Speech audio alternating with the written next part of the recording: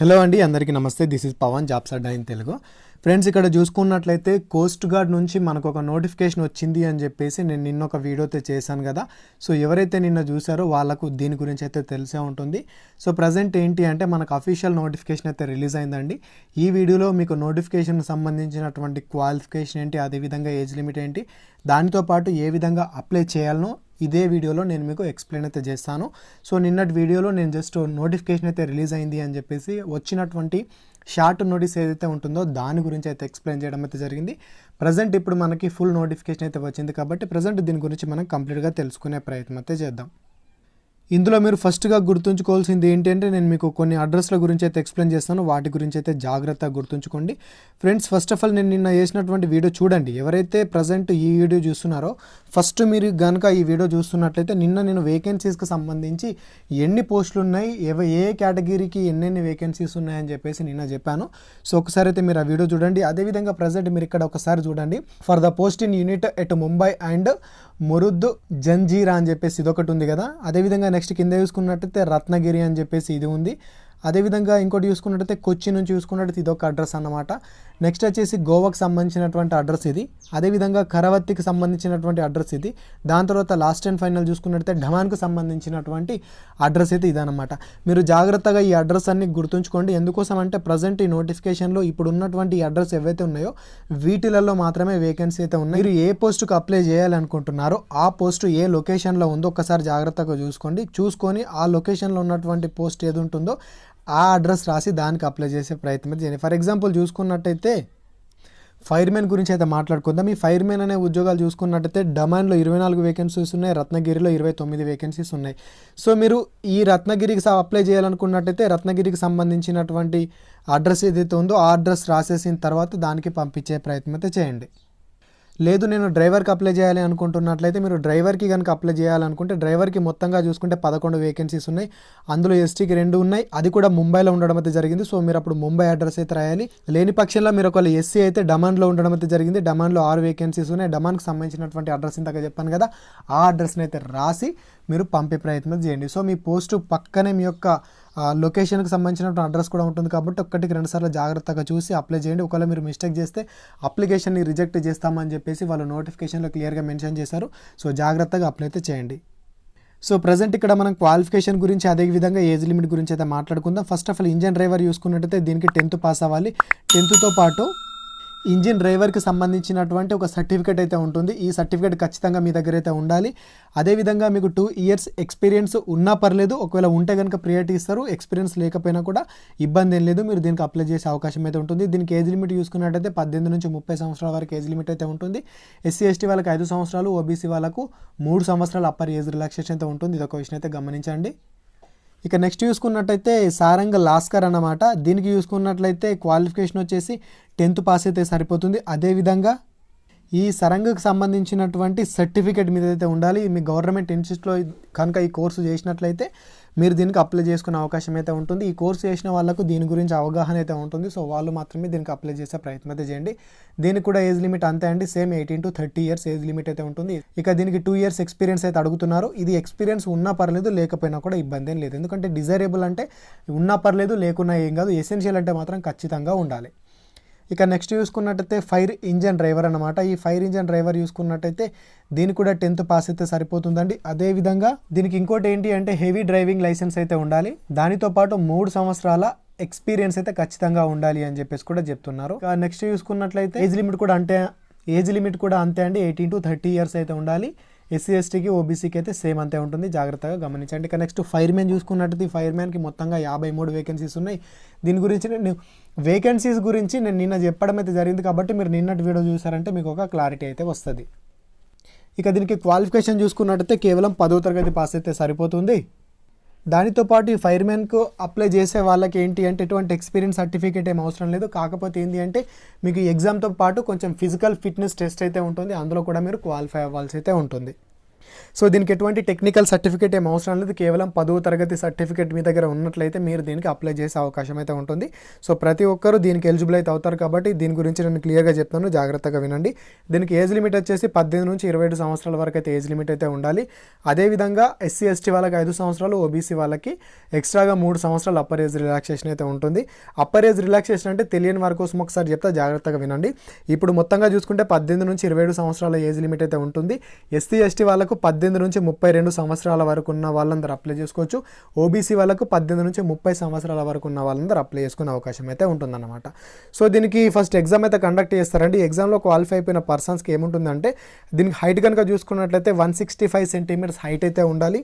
అదేవిధంగా చెస్ట్ చూసుకున్నట్లయితే 81.5 centimetre chest అయితే ఉండాలి. మీరు గాలి పీల్చుకున్నప్పుడు 5 సెంటీమీటర్స్ ఎక్స్పెన్షన్ అయితే అవ్వాల్సి అయితే ఉంటుంది. అయితే ఇక్కడ హైట్ చూసుకున్నట్లయితే 165 సెంటీమీటర్స్ హైట్ అయితే ఉండాలి కదా. కాకపోతే ఇక్కడ ఏంటి అంటే ఎస్టీ వాళ్ళకి 2.5 సెంటీమీటర్స్ హైట్ అయితే రిలాక్సేషన్ అయితే ఉంటుంది. ఇది ఒక విషయం అయితే గమనించండి. అంటే 162.5 హైట్ ఉన్నా కూడా మీరు దీనికి అప్లై చేసుకునే అవకాశం అయితే ఉంటుంది. ఎవరు? కేవలం ఎస్టీ వారు మాత్రమే. అదేవిధంగా వెయిట్ చూసుకున్నట్లయితే 50 కేజీల వెయిట్ అయితే ఉండాలి. దాంతోపాటు ఎండ్యూరెన్స్ టెస్ట్ అని చెప్పేసి ఉంటుందండి. అది ఎలా ఉంటుంది అంటే 63.5 కేజీస్ ఉన్నటువంటి ఒక వస్తువుని లేదా ఒక మనిషిని మీరు ఎత్తుకొని లిఫ్ట్ చేసి 183 మీటర్స్ వరకు అయితే పరిగెత్తాల్సి అయితే ఉంటుంది. దానికి సమయం వచ్చేసి 96 సెకండ్ల సమయం అయితే ఉంటుందన్నమాట. అదేవిధంగా నెక్స్ట్ 2.7 మీటర్స్ జంప్ అయితే ఉంటుంది. అంటే మామూలుగా లాంగ్ జంప్ ఉంటుంది కదా, సో అదేవిధంగా జంప్ అయితే ఉంటుంది. దీని తర్వాత నెక్స్ట్ వచ్చేసి 3 మీటర్లు వెర్టికల్ రోప్ క్లైంబింగ్ అయితే ఉంటుందన్నమాట. సో హ్యాండ్స్ తోటి మనం 3 మీటర్లు క్లైంబింగ్ చేయాల్సి అయితే ఉంటుంది. ఇక దీని తర్వాత నెక్స్ట్ చూసుకున్నట్టయితే సివిలియన్ మోటార్ ట్రాన్స్పోర్ట్ డ్రైవర్ అన్నమాట. దీనికి 10th అయితే పాస్ అవ్వాలి. 10th పాటు మీ దగ్గర డ్రైవింగ్ లైసెన్స్ అయితే ఉండాలి. దాంతోపాటు 2 ఇయర్స్ ఎక్స్పీరియన్స్ కూడా ఖచ్చితంగా అయితే ఉండాలి. ఈ డ్రైవింగ్ లైసెన్స్ కూడా హెవీ డ్రైవింగ్ లైసెన్స్ అయితే ఉండాలి. ఏజ్ లిమిట్ వచ్చేసి 18 నుంచి 27 సంవత్సరాల ఏజ్ లిమిట్ ఉంటుంది. సేమ్ అంతే ఎస్సీ ఎస్టీ వాళ్ళకి, ఓబీసీ వాళ్ళకి కూడా ఏజ్ రిలాక్సేషన్ అయితే ఉంటుంది, గమనించండి. ఇక నెక్స్ట్ చూసుకున్నట్లయితే మోటార్ ట్రాన్స్పోర్ట్ ఫిట్టర్ అన్నమాట. దీనికి 10th పాస్ అయితే సరిపోతుంది. 10th పాటు మీకు 2 ఇయర్స్ ఎక్స్పీరియన్స్ అయితే ఉండాలి ఈ మోటార్ ఆటోమొబైల్కి సంబంధించినటువంటి విభాగంలో. అదేవిధంగా ఐటీఐ సర్టిఫికేట్ అయితే ఉండాలి అని అడుగుతున్నారు. సో ఇక్కడ ఏంటంటే డిసేబుల్ అడిగారు, ఖచ్చితంగా ఉండాలి అని ఏం లేదు, ఉన్నా పర్లేదు లేకున్నా పర్లేదు అని చెప్పేసి అయితే అంటున్నారు. ఏజ్ లిమిట్ వచ్చేసి 18 నుంచి 25 సంవత్సరాల ఏజ్ లిమిట్ అయితే ఉండాలి. ఎస్సీ ఎస్టీ వాళ్ళకి 5 సంవత్సరాలు, ఓబీసీ వాళ్ళకైతే 3 సంవత్సరాలు అప్పర్ ఏజ్ రిలాక్సేషన్ అయితే ఉంటుంది. ఇక నెక్స్ట్ వచ్చేసి స్టోర్ కీపర్ అనమాట. ఈ స్టోర్ కీపర్కి ఇంటర్ పాస్ అయితే సరిపోతుంది. అదేవిధంగా 1 ఇయర్ ఎక్స్పీరియన్స్ అయితే అడుగుతున్నారు. ఒకవేళ మీకు ఎక్స్పీరియన్స్ లేకపోయినా కూడా అప్లై అయితే చేయండి. ఎందుకోసం అంటే దీనికి ఎటువంటి టెక్నికల్ సర్టిఫికేట్ అవసరం లేదు. మీరు మాక్సిమం ఫైర్ మ్యాన్కి అయితే ట్రై చేయండి. అది లేని పక్షంలో దీనికి అప్లై చేసే ప్రయత్నం అయితే చేయండి. ఇక దీనికి ఏజ్ లిమిట్ వచ్చేసి 18 నుంచి 25 సంవత్సరాలు ఏజ్ లిమిట్ ఉండాలి. ఎస్సీ ఎస్టీ వాళ్ళకి 5 సంవత్సరాలు, ఓబీసీకి 3 సంవత్సరాలు అయితే అప్పర్ ఏజ్ రిలాక్సేషన్ అయితే ఉంటుంది, గమనించండి. ఇక నెక్స్ట్ వచ్చేసి స్ప్రే పెయింటర్ అన్నమాట. దీనికి క్వాలిఫికేషన్ చూసుకున్నట్టయితే 10వ తరగతి పాస్ అయితే సరిపోతుంది.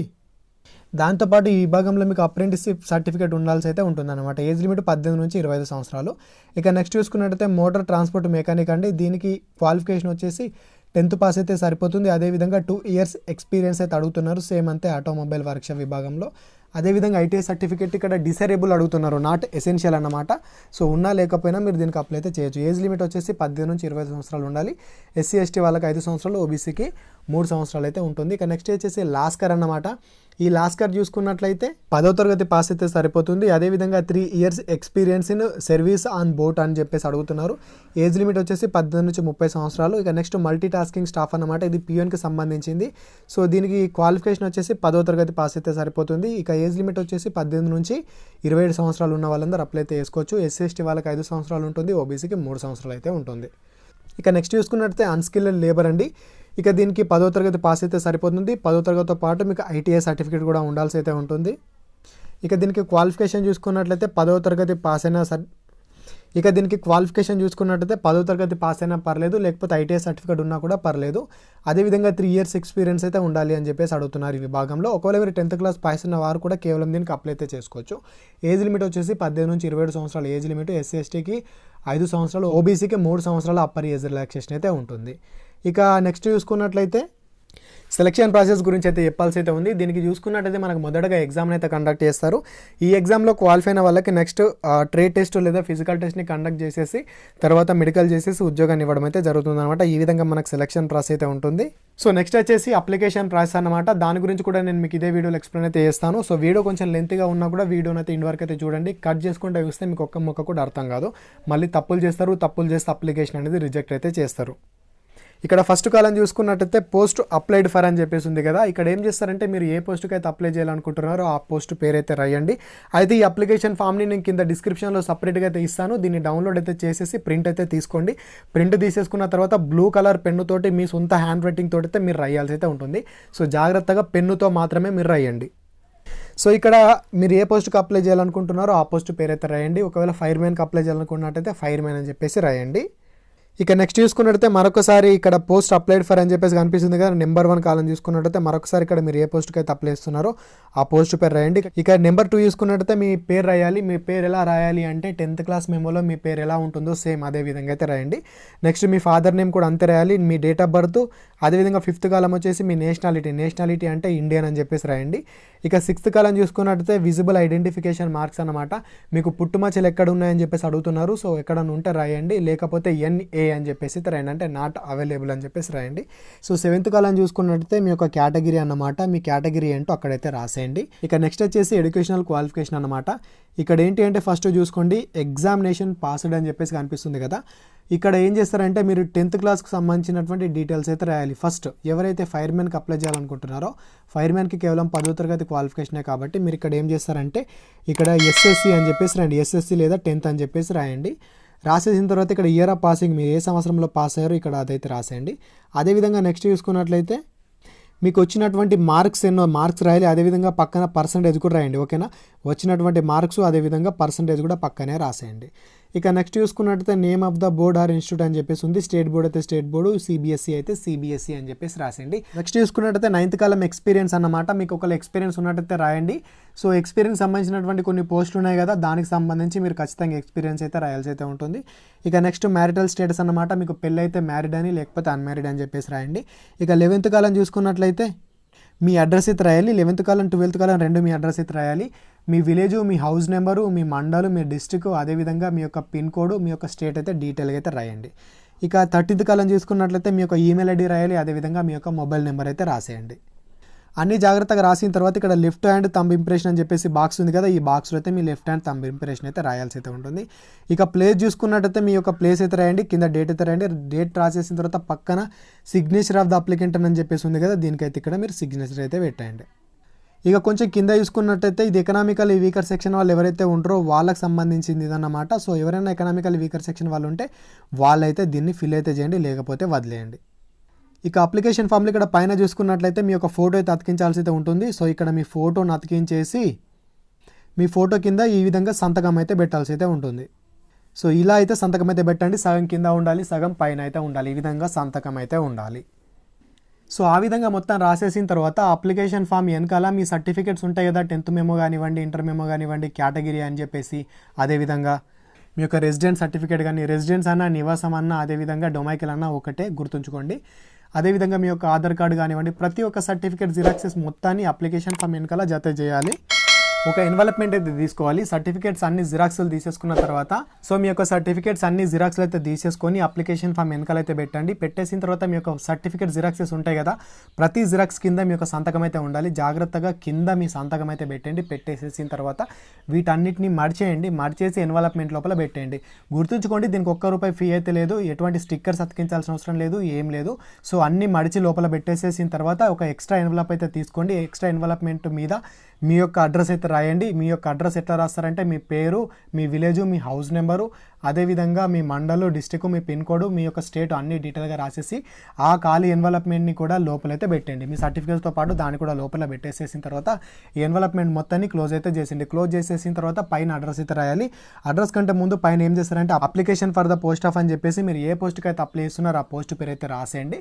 ఫర్ ఎగ్జాంపుల్ మీరు ఫైర్మ్యాన్కి అప్లై చేస్తున్నట్టయితే application for the post of అని చెప్పేసి ఫైర్మ్యాన్ అని చెప్పేసి రాయండి. రాసేసిన తర్వాత కింద అడ్రస్ అయితే రాయాలి. అడ్రస్ చూసుకున్నట్లయితే ఫైర్మెన్కు జనరల్గా చూసుకున్నట్లయితే ఒకటి డమాన్ ఉంది, అదేవిధంగా రత్నగిరి ఉంది.